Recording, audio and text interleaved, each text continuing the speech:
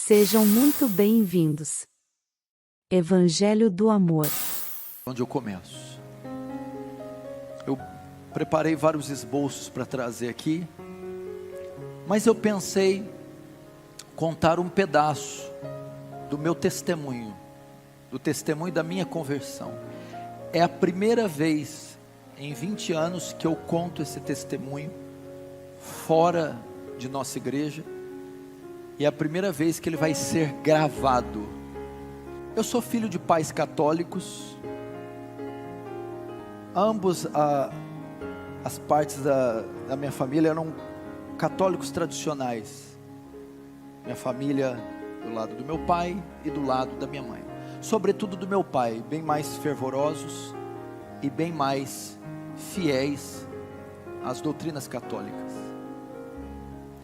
Eu perdi o meu pai em 1982, ele trabalhava na Companhia Paulista de Força, eu me confundi, ele trabalhava na Sabesp, e em 1982, fazendo ali uma operação, ele era motorista, a operação que eles estavam fazendo no caminhão era perto de uma rede elétrica, e ali o meu pai, num descuido de uma manobra de um funcionário, ele é eletrocutado, recebendo uma descarga de 39.000 volts, morrendo instantaneamente. Ele deixa uma viúva com 3 filhos, um de 1 ano, outro de 5, outro de 6. Eu era o de 5. Daí então, de 82 para frente, nós fomos criados sem pais, sobretudo nos princípios católicos, primeira comunhão, crisma, todo aquele negócio. Aos 14 anos de idade, já criado sem pai, um jovem vizinho meu, desde muito pequeno, ele se converte, o Alexandre. Ele se converte na Igreja Presbiteriana do Brasil. E ele começa a me evangelizar, com 14 anos.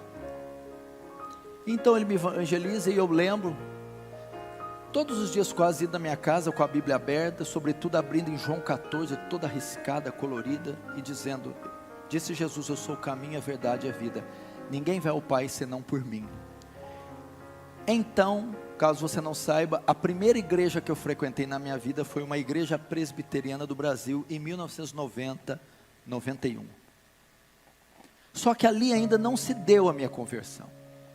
Foi lançada uma semente. Eu tive o primeiro contato com o Evangelho. Já comecei então a entender que o catolicismo romano, ou o romanismo, era um equívoco. A adoração às imagens, a missa, a confissão auricular, toda aquela coisa foi sendo desconstruída no meu coração. E eu comecei a congregar com esses irmãos ali durante 3 anos. Até me lembro do nome do pastor Clemilton. Tinha um filhinho de 5 anos chamado Silas, na época. Uma igreja muito boa. Acontece que com os 16 anos de idade, eu me desvio, eu deixo, e vou fazer como quase qualquer jovem do mundo, vou conhecer o mundo. E é então que dos 16, 23, começa a minha saga ímpia. Eu começo a me perverter, começo a experimentar os horrores do mundo, primeiro com o cigarro, cerveja, bebidas mais fortes, até que eu começo a usar maconha, e muita maconha.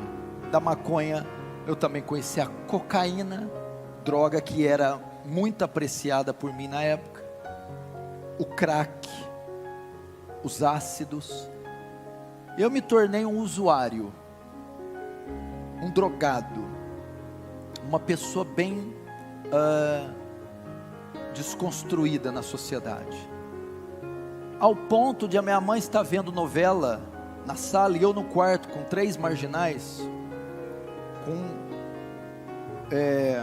uma montanha de cocaína no quarto, e nós estávamos ali cheirando, enquanto fazíamos os papelotes para depois sair para vender, ao ponto de ir até uma biqueira e pegar uma pedra de crack desse tamanho, colocar na cintura e sair dela até minha casa para fazer as pequenas pedras e vender, e passando por blitz policiais, correndo o risco de ser preso.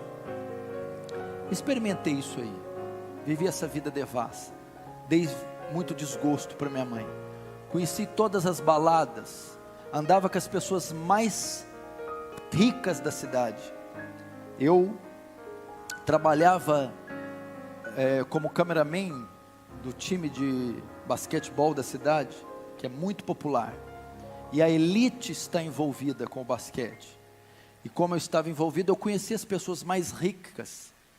Eu ia nas casas, nas mansões, churrascos e piscinas e drogas, de segunda a domingo, e ia nas festas mais requintadas, sofisticadas, banhadas com álcool, drogas, ácidos, e festas que terminavam às 7 horas da manhã. Ao mesmo tempo eu conhecia também as mais pobres. Como você percebeu, eu sou um pouco carismático, eloquente, então eu conquistava muitas pessoas. Conhecia também o outro lado, as biqueiras, os traficantes, as pessoas mais sujas, ao ponto de um dia, em uma chuva, uma meia-noite, minha mãe, meus irmãos dormindo, nós fomos para os fundos da minha casa, onde tem o telhado tem aquele beiral, alpendre, não sei como se fala, chovia e pingava, enquanto eu entro com 10 marginais da pior espécie, seres da pior espécie, os bandidos mais vagabundos que se puder imaginar, e nós agachamos os 10 debaixo daquele beiral, para usar crack, dentro da minha casa. Era pichador, skatista, não que uma coisa esteja relacionada à outra, e fui conhecendo tudo isso, fui me tornando um animal, abandonei os estudos, abandonei o trabalho, comecei a roubar, fui pego pela polícia, passei uma noite na cadeia, passei por essas situações, sobretudo aquela semente do Evangelho estava dentro de mim. Eu já sabia da existência de um inferno, já sabia sobre a volta de Jesus, sabia da condição para alguém herdar a vida eterna, e sabia que se morresse naquele instante, eu iria para o inferno. Então o evangelismo, os tempos de presbiteriana, o evangelismo do Alexandre, foram suficientes para causar em mim culpa, foi suficiente para causar em mim noção da minha depravação, noção da necessidade de um Salvador, e as formas de ser salvo, não mais por obras, velas, procissões, missas, mas pela expiação feita na cruz. Sobretudo ainda não tinha dado a conversão. Então foram dos 16 aos 27 anos vivendo uma vida de crime, de uso de drogas, de pecados e urgias e de loucuras. Eu poderia estar hoje de duas maneiras. A minha condição hoje poderia ser estar morto ou preso. E uma das vezes eu tinha uma moto XLX 350, quem é mais velho vai lembrar, e estava com uma quantidade muito grande de droga na cintura, ia levar para um condomínio fechado alguns amigos ricos, uma quantidade suficiente para comprometer bem a sua vida. E aqui indo de moto, eu passo numa avenida e está uma blitz policial com 30 viaturas, na época era o tático, a D20, lembra, Lival? Nós chamávamos a Vintona, e eu passo para aquele corredor com 30, homens com armas de alto calibre. Quando eu passo, nenhum policial olha para mim, nada. Naquela hora eu comecei a ver a misericórdia de Deus na minha vida, porque talvez tivesse me pego aquele dia, eu estaria lá talvez até hoje. E passando por tudo isso, e o que aconteceu? Em um dia, saindo para uma festa de exposição agropecuária, que é comum nessas cidades do interior, onde fazem shows e tem bebida à vontade, nós íamos para uma dessas festas, numa sexta-feira à noite. Nessa semana, um amigo meu tinha ido aos Estados Unidos fazer um high school e aprimorar a sua condição de atleta de basquetebol. E ele estava retornando e me ligou perguntando se eu queria que ele comprasse algo para mim. Como eu estava envolvido com o basquete, eu queria tênis da Nike, moletons, aquelas roupas todas. E ele trouxe aquela semana. E eu me vesti de todo aquele aparato gringo. E me aprontei e passei na casa de um amigo meu, o Juliano. Nós iríamos sair aquela noite e ir na festa de exposição. Então quando eu chego, ele está se trocando no quarto, eu estou na sala esperando. Ele se troca só pela metade e vai para a sala terminar de trocar o resto. Ele está sentado no sofá, eu estou de pé olhando para ele, vendo ele amarrar o sapato. De repente, quando ele está amarrando o sapato, um fogo começa a invadir o meu coração. Eu começo a me contorcer. Eu começo a olhar para aquele moletom da Nike, aquele tênis, aquela calça. E eu olho para ele: Juliano, o que é isso aqui, cara? Isso aqui é tudo inútil, tudo ilusão. O que eu estou fazendo da minha vida? Eu estou perdido, Juliano. Eu vou para o inferno. Eu preciso de Deus. Eu vou voltar a buscar Deus. Ele olhou e ficou tão impactado com o tênis. Se você for, eu vou também. Falou desse jeito. Ali naquela hora, naquela sala, com 23 anos, eu senti convicção do meu pecado. Ali se deu a minha conversão, ali foi minha estrada de Damasco. Agora eu entendo perfeitamente graça irresistível. Resiste o quê? É impossível resistir. Ela me tomou naquela sala. O Senhor disse: eu vou dizer vem, e ai de você se não vir. Ali, irmão, eu tive convicção do pecado. Eu comecei a me contorcer e ver tudo ilusão. Eu estou perdido. E eu comecei a repudiar aquelas coisas, aqueles valores, e ver meu estado. Foi Deus, o Espírito Santo, com a semente que Ele tinha plantado anos atrás. E aquela hora ela germinou. O que aconteceu? Mas nós ainda saímos. Estávamos tudo pronto, fomos para a festa. E aquela noite eu me lembro de não ter visto, ouvido nada. Eu fiquei como um zumbi o tempo todo. Voltei. Dormi. Sábado. O que eu fui fazer? O Alexandre, o cara que pregou para mim. Vou atrás dele. Alexandre, o que foi? Tem culto hoje? Eu quero ir no culto. Calma, o que aconteceu? Tem culto hoje, tem igreja, onde eu quero ir, vamos. O azar que não estava na presbiteriana mais.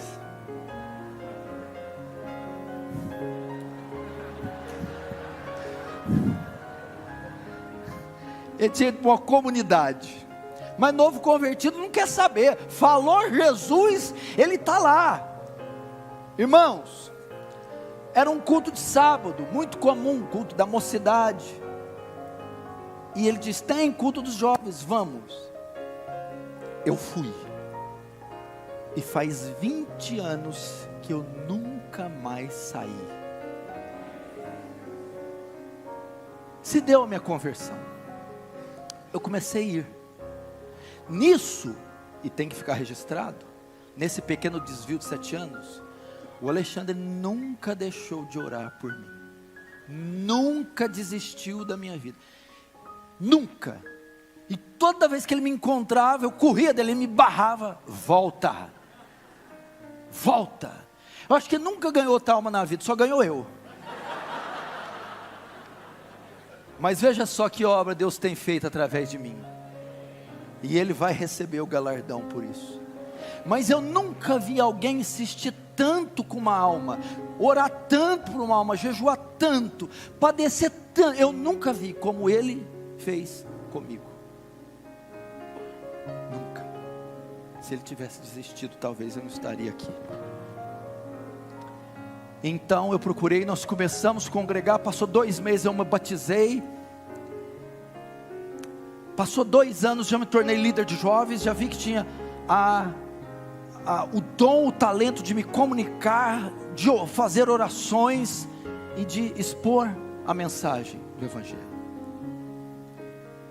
Agora, o que tem a ver com o tema avivamento? O que eu quero deixar para vocês? Neste período, Deus me privou da parafernália teológica, de tantas outras coisas que a igreja brasileira ia conhecer na década de 90 ali. Kenneth Hagin, Benny Hinn, os movimentos de dente de ouro, aquelas unções, aquela coisa toda. Eu assisti uma pregação em VHS. Essa pregação era de um pastor pentecostal.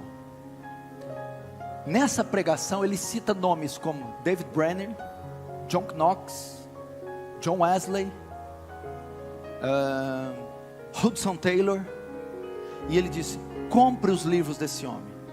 Foi então que nesse momento eu tive contato, já no meu primeiro ano, com a fé, mais a piedade do que a teologia desses homens. Mas eu tive contato.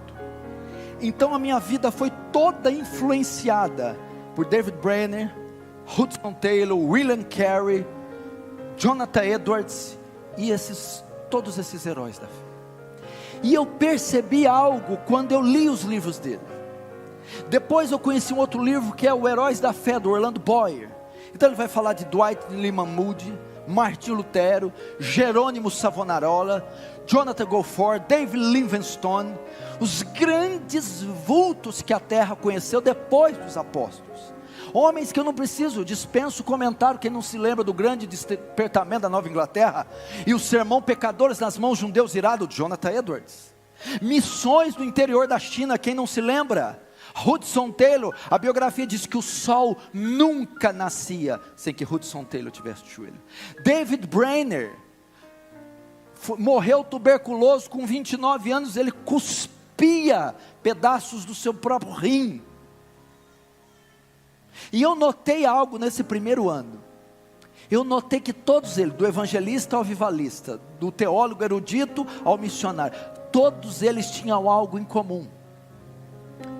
Eles eram homens de oração. Todos, sem exceção. Todos. E eu comecei então a entender que o que os pastores da igreja que eu congregava traziam, as suas mensagens, eram até que bons, mas eram muito superficiais. Passei a basear a minha doutrina, a minha fé, na doutrina, no estilo de vida destes homens. Então daí eu passei a desenvolver uma vida de oração, e Deus me concedeu graça. Você quer saber como nasceu a Igreja Aliança do Calvário? Como nasceu o Ministério Defesa do Evangelho? Como nasceu o ministério do pastor Paulo Júnior? De joelhos, de oração. Tudo que eu tenho, tudo que eu sou, é óbvio, eu não vou escorregar aqui, é pela graça de Deus e uma ação soberana, mas de joelhos, através da oração. Foi então que eu comecei a aprender a orar. E eu me lembro quando eu consegui orar a primeira vez por 1 hora, a vitória que foi. Mas Deus não ia parar por ali. Então nós começamos. Eu trabalhava como cameraman das categorias de base do time de basquete de Franca. São 8 categorias. Eles começavam a treinar 1 da tarde, e de hora em hora intercalava as categorias até o time principal às 7, 5. O que eu fazia? Então Deus começou a desenvolver algo. Eu ia até eles, como eu filmava e depois vendia as fitas.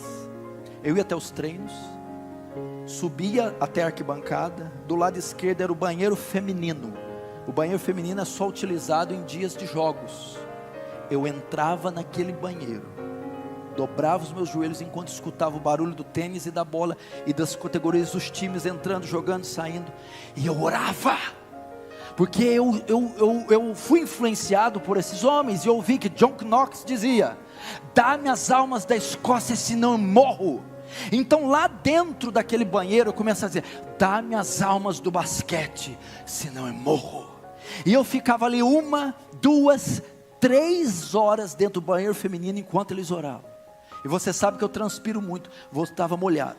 E quando eu saía de lá, o banheiro em cima, descia a arquibancada, a quadra embaixo. Eu descia e depois ia pregar para eles. Foi que então começaram a haver conversões no meio do basquete. Atletas, pessoas envolvidas. Haviam técnicos, massagistas, haviam preparadores físicos, atletas. E eu comecei a desenvolver o ministério de evangelismo através deles. E foi havendo conversões. E foi acontecendo um movimento. E a igreja, o meu ministério surgiu num pequeno despertamento entre os atletas e os jovens. E foram convertendo os jovens naquela época. E se tornando um grupo que passou a me acompanhar. E tudo em oração. E eu orando ali. E esse grupo nós começamos a fazer vigílias de oração. E nós fazíamos vigílias de sexta-feira para o sábado, do sábado para o domingo, da meia-noite às 6 da manhã. Eram 5 jovens que faziam, fruto desse despertamento entre os atletas. Eram 4 mais eu, e nós oramos da sexta para o sábado, do sábado para o domingo, até às 6 da manhã. Fizemos isso durante anos. E hoje, todos que ali estavam, são pastores da Aliança do Calvário. 90% daqueles que estavam comigo, são hoje os pastores que estão comigo. Deus me ensinou a orar.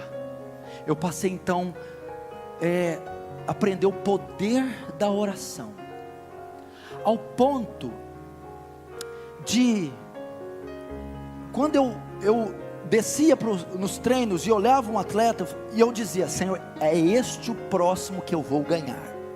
Então eu começava um período profundo de oração, até que ele se convertesse, e eles se convertiam. Deus foi me dá almas, eu fui aprendendo a orar e buscar. Comecei a colocar uma lista de almas, colada no meu armário, com 50, 60, 70 atletas e almas e ímpios, e orava todos os dias, um por um: dá-me estas almas, e o Senhor foi me ensinando. Eu comecei então a passar noites e noites em claro, orando. Aprendi a orar 1 hora, 2 horas, 3 horas, 4 horas. E eu não quero dizer isso para ostentar, eu só quero dizer para algo para você. Deus me concedeu graça já de certas vezes ter orado 8 horas ininterruptas. Por que o Senhor está dizendo isso? Para falar que o Senhor é bom? Não, para falar que Deus é poderoso. Ele me concedeu graça, não foi por mim, mas eu estou dizendo que é possível coisas como essas. Deus faz isso com gente comum como eu e você. E depois eu comecei a dizer: dá-me as almas dessa cidade, senão eu morro. Não importa o que achem de mim. Talvez os teólogos não vão gostar dessa pregação. Aliás, eles não gostam de muita coisa, mas foi exatamente isso que Deus fez. E eu fui vendo os frutos, e um despertamento, e outras almas foram se convertendo, e essa igreja nasceu fruto de um despertamento, e de dias, meses e anos de joelhos, e jejuns, orações, e Deus foi acrescentando, e as almas foram se convertendo.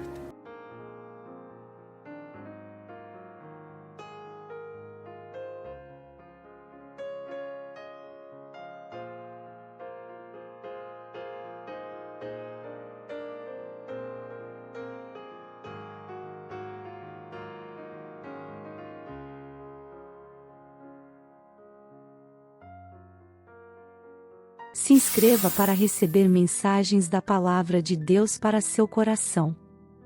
Compartilhe essa mensagem para mais vidas serem alcançadas. Que você tenha um dia repleto de paz e de bênçãos vindas da parte de Deus.